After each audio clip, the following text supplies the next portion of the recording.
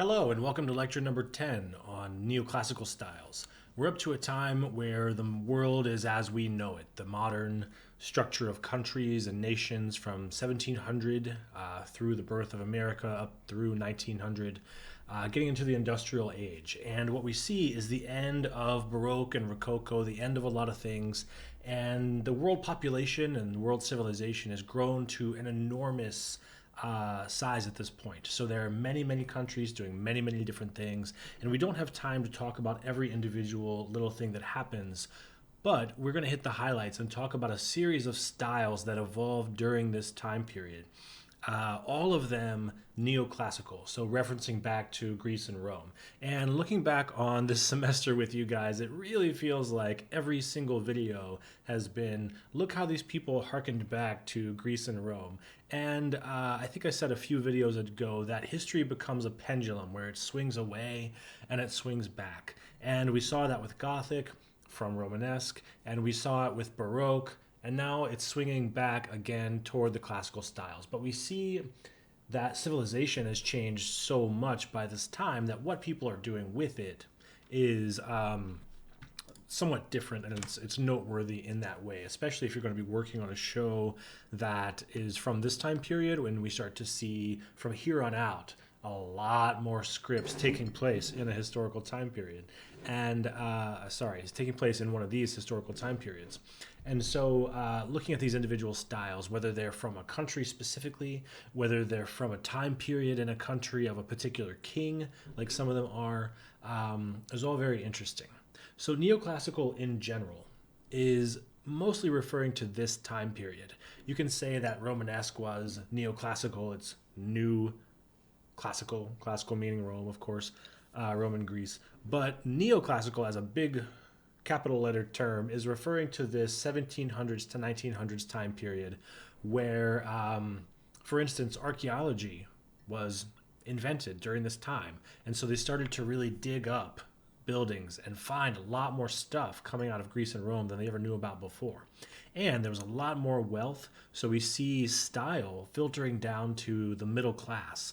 We see residential homes that have this kind of thought and resource put into their creation and their decor. So neoclassical will mean for us in general all of these different styles that we're going to talk about. But even in this picture right here, from the fact that it's an interior, which we have not been looking at a lot, you can see that, yes, it feels Greek and Roman in its shapes and its motifs and its styling and its colors, but we haven't seen a lot of this, even in the shape of the furniture.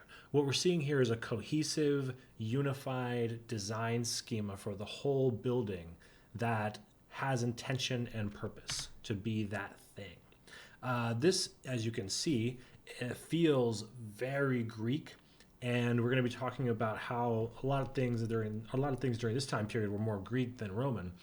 But you can see this looks like, if I told you the middle part they had built onto the Parthenon, you would say, okay, yeah, sure. It looks exactly like the Parthenon. Of course, it's too small, but to take such a exact replica of a Greek structure and then add these larger things on it, to imagine new versions and new mutations of what a classical structure might have been, that is the heart of neoclassical, because we're at a time where machinery and invention and human capability had gone far beyond what was possible before, and yet at this time they wanted to get away from how decorative and frou-frou and fun and frivolous and silly Rococo and Baroque were.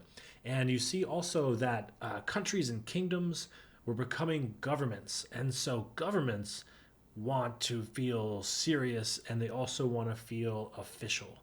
And so they build big buildings that look serious and they also look really old. And so all of this came together to make neoclassical a big favorite during this time period. If you are a brand new government but you build a building that looks like this, people are going to take you seriously and know that you mean business. So that was all part of this, right? We also see a resurgence of Palladian. So we talked about Andrea Palladio back during the Renaissance, but the Palladian style really doesn't come out as a style until now. People look back on Palladio's 4 books of architecture that he wrote and hold them up as being exactly how they want to achieve all those goals of simplicity yet elegance.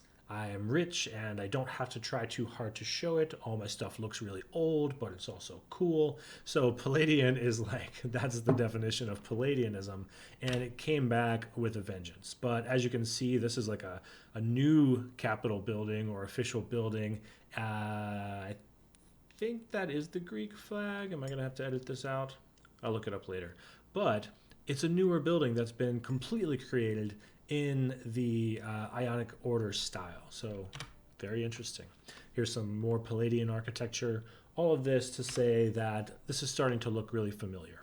So the first one of these little sub-styles that we're going to be talking about is called Greek Revival, and it manifested in 2 different ways. Kind of one in that big governmental style of building buildings exactly like Greek buildings. We see a lot of that from a lot of different governments, and I just talked about why they did that and why it's meaningful. But it also manifested as an interior style, and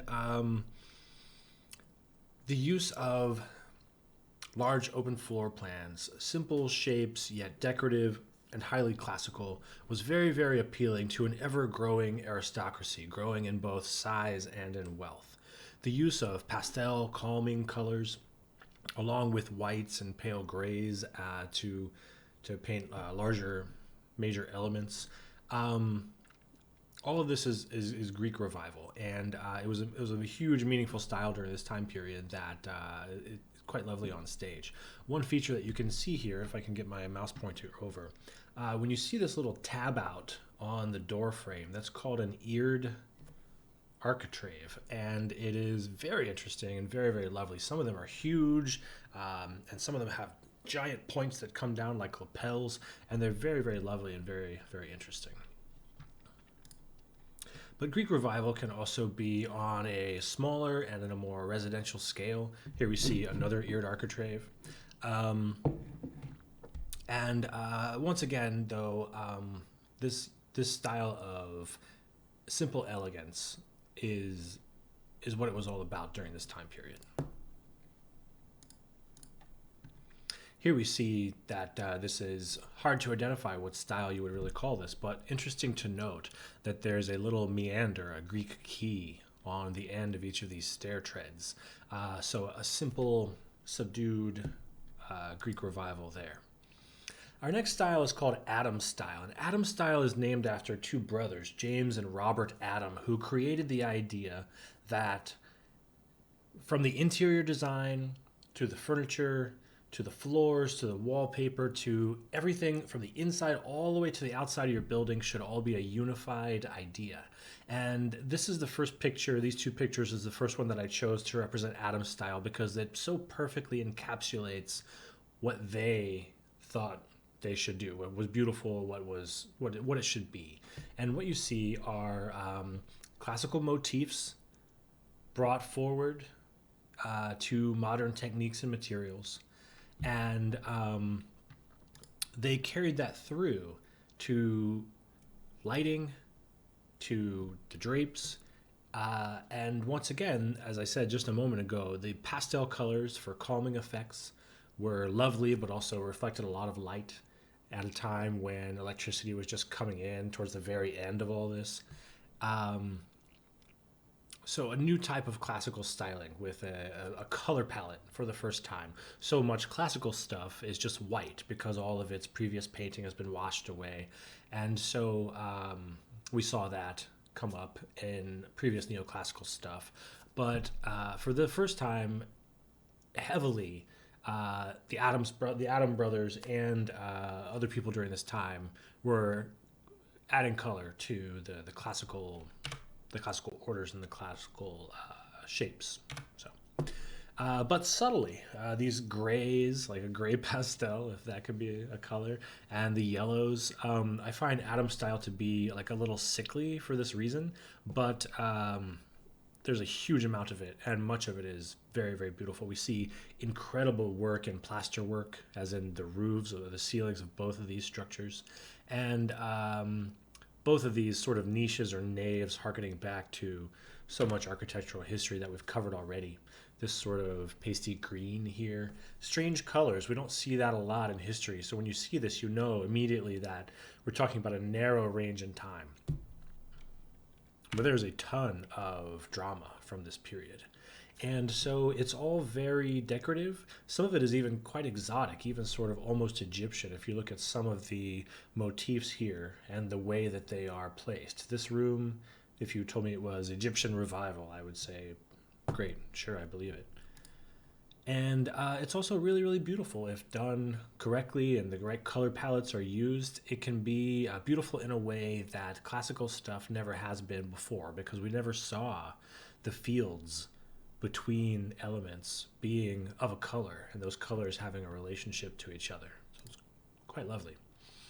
Our next style that we're going to talk about is an American style. We made it to the existence of the United States, and the Atom style, not atoms, the Atom style in America was referred to as Federalist, but it also grew to be its own thing. What we see in Federalist is an American neoclassical style that featured simplicity, symmetry, lots of brickwork. America during this time period, we had the Puritans, we had lots of very religious, conservative people that had made the journey for religious freedom to a new world.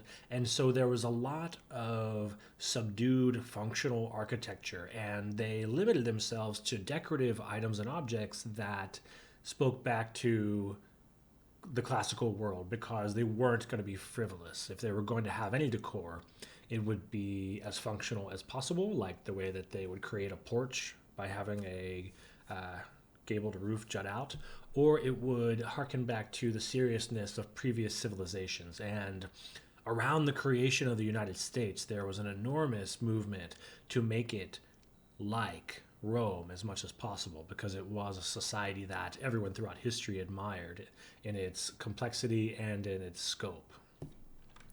So this is a building that was designed by Thomas Jefferson and is on the campus of the University of Virginia. Unique in Federalism, do we see this ubiquitous use of brickwork along with classical shapes and massing and structure. Not just unique to Federalism, but during this time period, huge in a couple of other styles, but very much so in Federalism.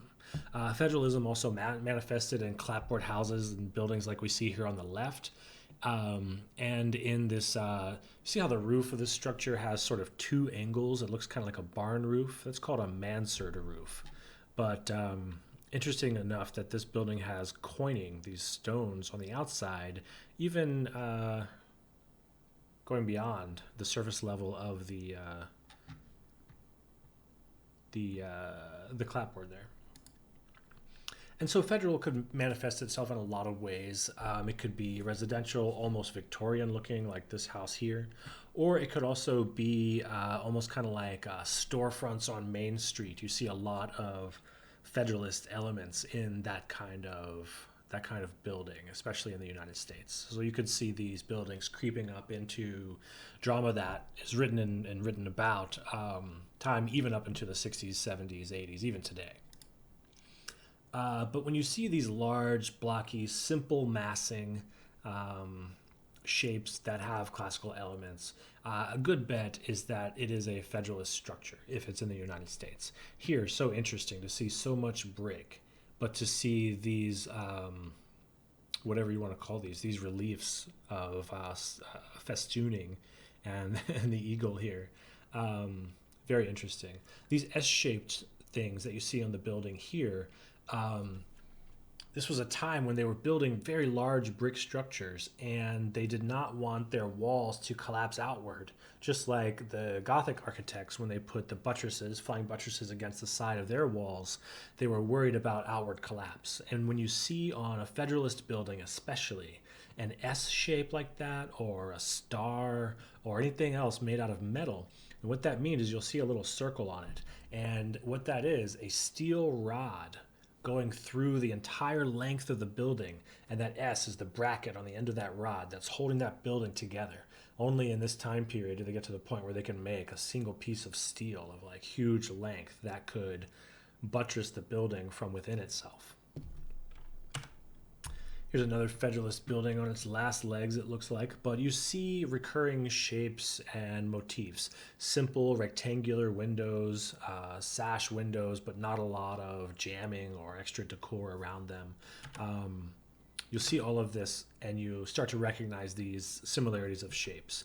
Things get more and more complicated as we go forward through these time periods, and so it becomes harder to just pick it out visually, because it's no way that anyone can memorize all of the different individual items and things that come up. But it's a great way to start to research something if you need to, is just to be familiar with these styles and sort of when and sort of where and sort of why. And the next one, speaking of which, is Victorian.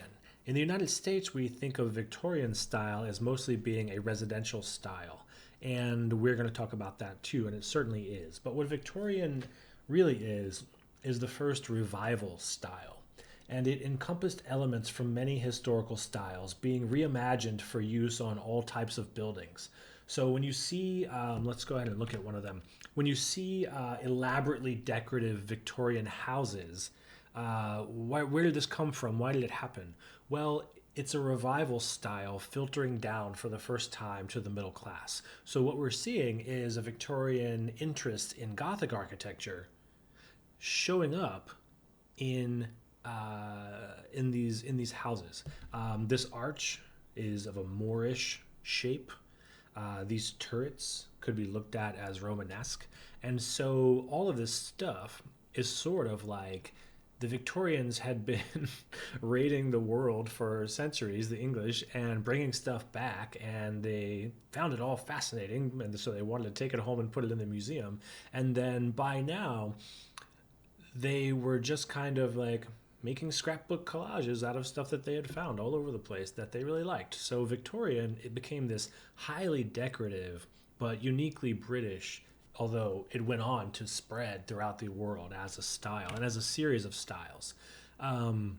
Here's sort of a modern or updated Victorian. And when you see tons and tons of decorative elements collage together, when you see ironwork like this at the top, it speaks back to Gothic. You see different types of shingles and colors. You see different stonework, many different colors coming together. You see that the shake siding on this is different than the clapboard siding down here, is different than the sort of Tudor-esque little pointy shingles that are being used up there.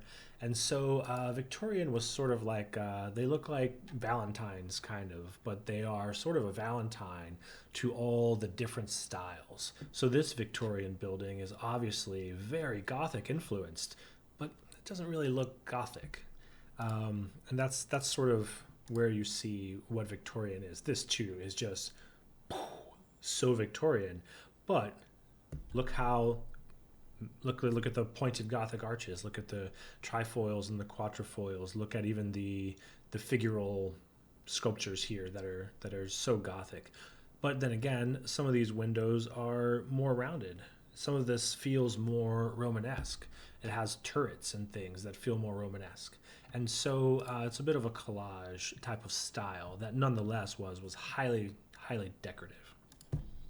But you know it's Victorian because it just couldn't really have been done before. So this sort of very Romanesque feeling building with steel girders or joists or whatever you want to call these things, huge open windows unsupported by anything other than the new potential to use steel in a structure.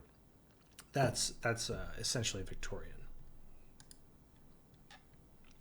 And it had its own color scheme as well. You're seeing all of these sort of either deep pastels or muted jewel tones, whichever you want to call it. But throughout all of these, you're seeing a similar world, except for here, there's some bright colors. This is actually San Francisco. And in the United States, when we think of Victorian, we think of this style of Victorian. If you look at what's on these houses, these little scalloped corbels here and all of this little decorative like beads and stuff, that's called gingerbread. And tons and tons of gingerbread is, of course, your number one signal that you're dealing with Victorian. And so if you're telling a story, let's say maybe you're doing You Can't Take It With You or Arsenic and Old Lace, and both of those plays are about eccentric, weird people who nonetheless live in an everyday, workaday world, that's a key go-to for choosing a Victorian style, because it is average, regular people living in a highly detailed or eccentric or weird or strange or complex life or set of characteristics, if that makes any sense. Back in England, Georgian and Regency both refer to in a little bit earlier time period. England was never quite comfortable with how highly decorative Gothic or Baroque or Rococo were. And what we saw after Baroque and Rococo is a return for England to a rigid, repetitive, and symmetrical version of classical styles. So regular uniform stonework and regularity among buildings along a street front.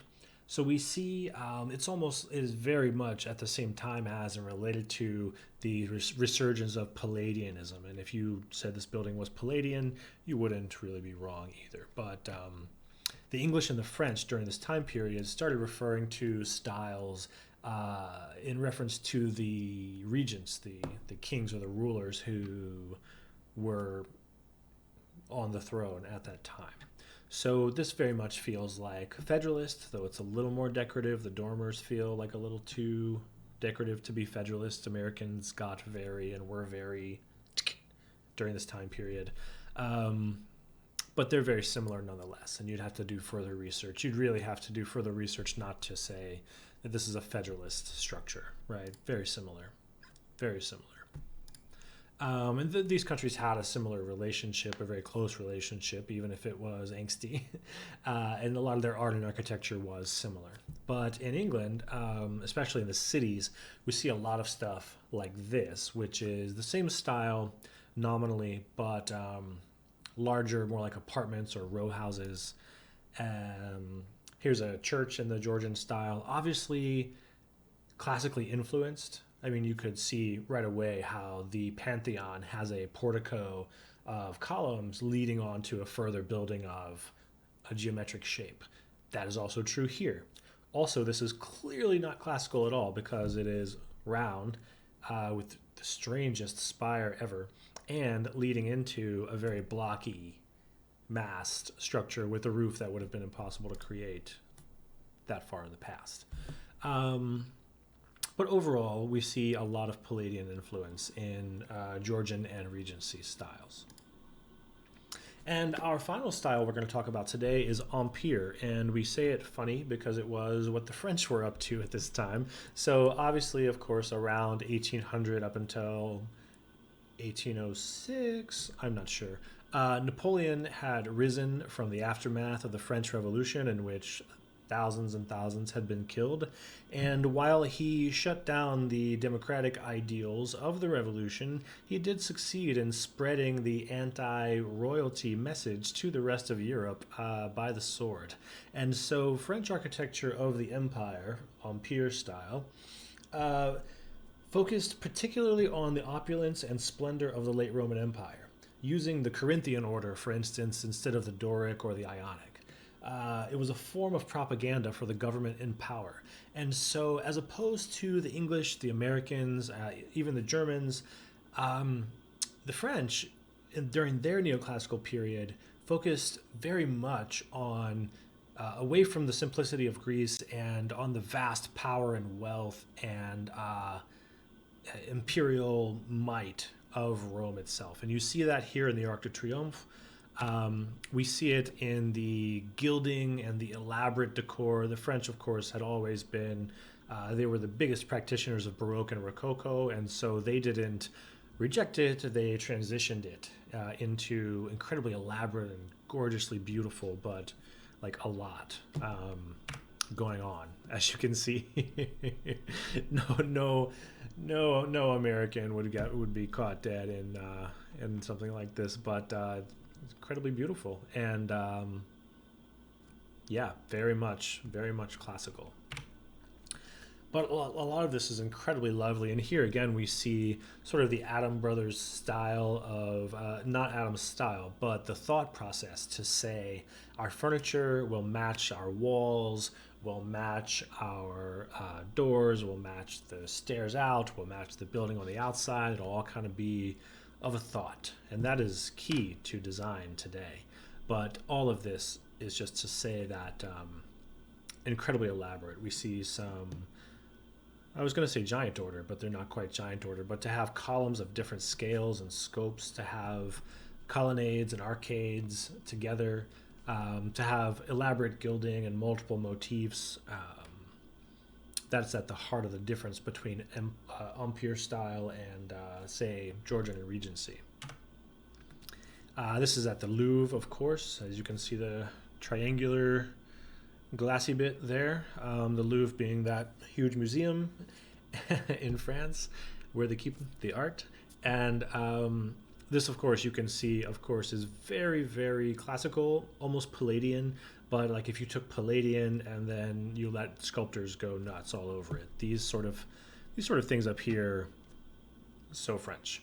So I would encourage you to do further research into that, but it is full of incredibly lovely stuff from its interiors to its exteriors. So those are our vocabulary words for the neoclassical time period, a time of incredible change that is sort of just like referential to the past, and it's kind of the final button before things we've never seen before start to happen because of techniques that are developed, because of materials, because of the Industrial Revolution. There will continue to be forever references to the past. But from here on out, what we're going to see is the modern world in a new way. So here are those words: neoclassical, Greek revival, Adam style, Federalist, Victorian, Georgian and Regency, and Ampere. Thank you very much for being here with Lecture 10, and get those vocabulary words off of the files section of Canvas. You, of course, have a big project due this week. I'm accepting it through Wednesday. Please reach out to me. I'll be reaching out to you to talk more about that. And if you have any other questions or anything of any kind, please let me know. Reach out via email. I'm happy to chat with you or Zoom or anything else. Thank you very much, and have a great night.